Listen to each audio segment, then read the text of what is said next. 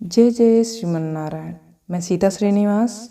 आज मैं आप सबको बताऊंगी कार्तिक मास महात्म्य कथा अध्याय 11वां अध्याय बताने वाली हूँ कार्तिक मास की कथा का। ध्यान से सुनिएगा। एक बार सागर पुत्र जलंधर अपनी पत्नी वृंदा सहित असुरों से सम्मानित हुआ सभा में बैठा था। तभी गुरु शुक्राचार्य का वहां आगमन हुआ। उनके तेज से सभी दिशाएं प्रकाशित हो गईं। गुरु शुक्राचार्य को आता देखकर सागर पुत्र जलंधर ने असुरों सहित उठकर बड़े आदर से उनका प्रणाम किया। गुरु शुक्राचार्य ने उन सबको आशीर्वाद दिया। फिर जलंधर ने उन्हें एक दिव्य आसन पर बैठाकर स्वयं भी आसन ग्रहण किया। फिर सागर पुत्र जलंधर ने उनसे विनम्रता पूर्वक पूछा, हे गुरुजी, आप मुझे यह बताने की कृपा करें कि राहु का सिर किसने काटा था।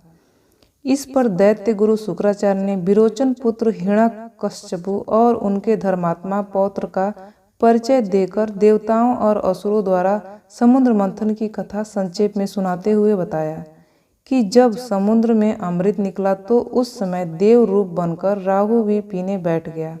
इस पर इंद्र के पक्षपाती भगवान विष्णु ने राहु का सिर काट डाला। अपने गुरु के मुख से इस प्रकार के वचन सुनकर जलंधर को क्रोध आ गया। उसके क्रोध की सीमा न रही। उसके नेत्र लाल हो गए। फिर उसने अपने धस्मर नामक दूत को बुलाया और उसे शुक्राचार्य द्वारा सुनाया गया वृतांत सुनाया। तत्पश्चात उसने धस्मर को आज्ञा दी कि तुम शीघ्र ही इंद्रपुरी में जाकर इंद्र को मेरी शरण में लाओ। धस्मर जलंधर का बहुत आज्ञाकारी एवं निपुण दूत था। वह जल्द ही इंद्र की सुधर्मा नामक सभा में जा पहुंचा और जलंधर के शब्दों में इंद्र से बोला, हे देवता धाम, तुमने समुद्र का मंथन क्यों किया और मेरे पिता के समस्त रत्नों को क्यों ले लिया।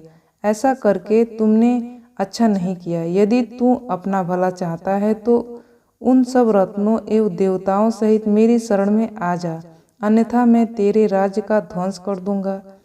इसमें कुछ भी मिथ्या नहीं है।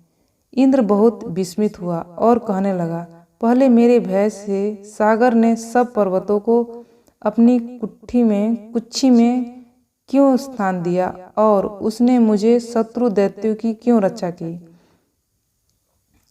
इसी कारण मैंने उनके सब रत्न हरण किए हैं। मेरी द्रोही सुखी नहीं रह सकता, इसमें संदेह नहीं है। इंद्र की ऐसी बात सुनकर वह दूत शीघ्र ही जलंधर के पास पहुंचा और बोला, सब बातें कह सुनाया। उसके सुनते ही वह दैत्य मारे क्रोध के अपने ओष्ठ फड़फड़ाने लगा और देवताओं पर विजय प्राप्त करने के लिए उसने उद्योग प्रारंभ करना शुरू कर दिया। फिर तो सब दिशाओं पाताल से करोड़ों करोड़ों दैत्य उनके पास आने लगे। शुंभ निशुंभ आदि करोड़ों सेनापतियों के साथ जलंधर इंद्र से युद्ध करने लगा। शीघ्र ही इंद्र के नंदन वन में उसने अपनी सेना उतार दी। वीरों की शंख ध्वनि और गर्जना से इंद्रपुरी गूंज उठी। अमरावती छोड़ देवता उससे युद्ध करने चले गए। भयानक मारकाट हुई। असुरों के गुरु आचार्य शुक्र अपनी मृत संजीवनी विद्या से और देवगुरु बृहस्पति द्रोणागिरी से औषधि लाकर जिलाते रहे।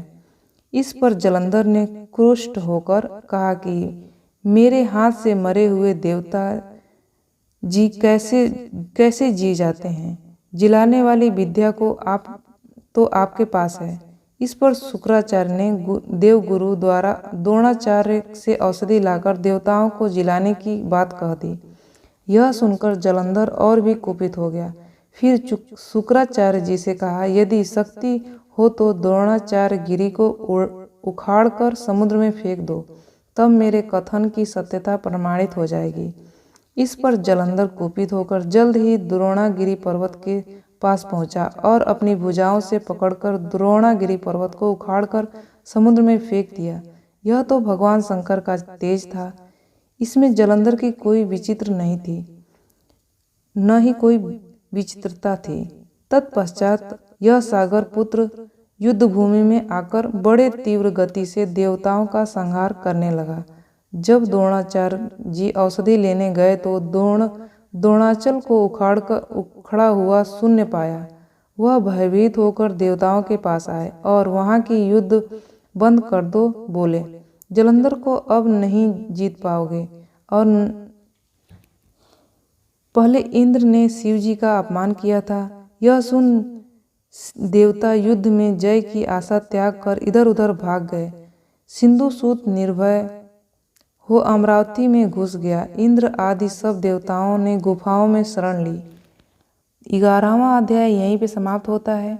ये जानकारी आपको कैसी लगी? इस तरह की जानकारियाँ पाने के लिए आप इस चैनल को सब्सक्राइब कर दीजिएगा। आपका दिन शुभ हो, आपका दिन मंगलमय हो। इसी आशा और आशीर्वाद के साथ इस वीडियो को समाप्त करती हूँ। जय जय श्रीमन नारायण।